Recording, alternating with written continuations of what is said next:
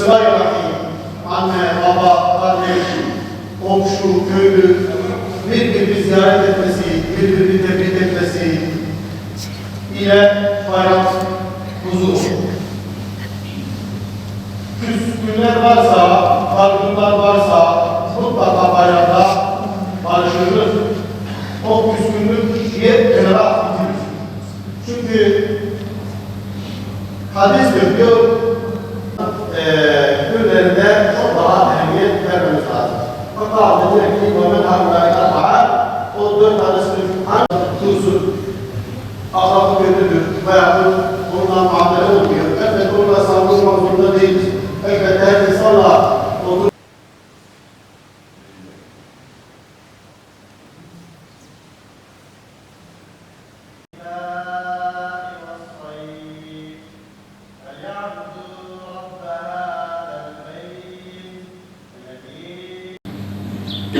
الحمد لله الذي أثابنا من ثمرات الصيام والقيام ولا يقطع نعمته عنا بالمعاصي والآلام ويستغفرك لنا ويدعون ربنا لدخولنا الجنان ملائكة كرام كبر الله تكبيرا الله أكبر الله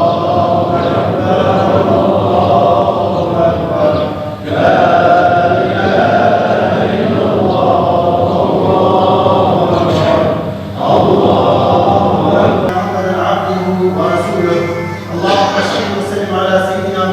وعلى آله وأصحابه أجمعين. أما بعد فيا عباد الله أوصيكم بتقوى الله وطاعته إن الله مع الذين اتقوا والذين والأموات إنك سميع قريب مجيب الدعوات. اللهم ارحم أمواتنا وأموات المسلمين، اللهم اشف مرضانا ومرضى المسلمين، اللهم أصلح أحوالنا وأصلح أولادنا وأصلح أحوال المسلمين، اللهم انصر الإسلام والمسلمين، اللهم أيد كلمة الحق الله أكبر ولله الحمد.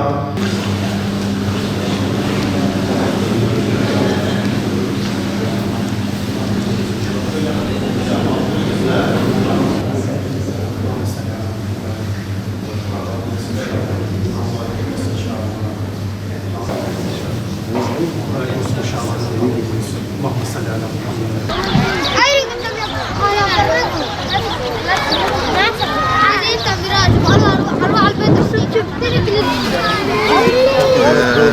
صورة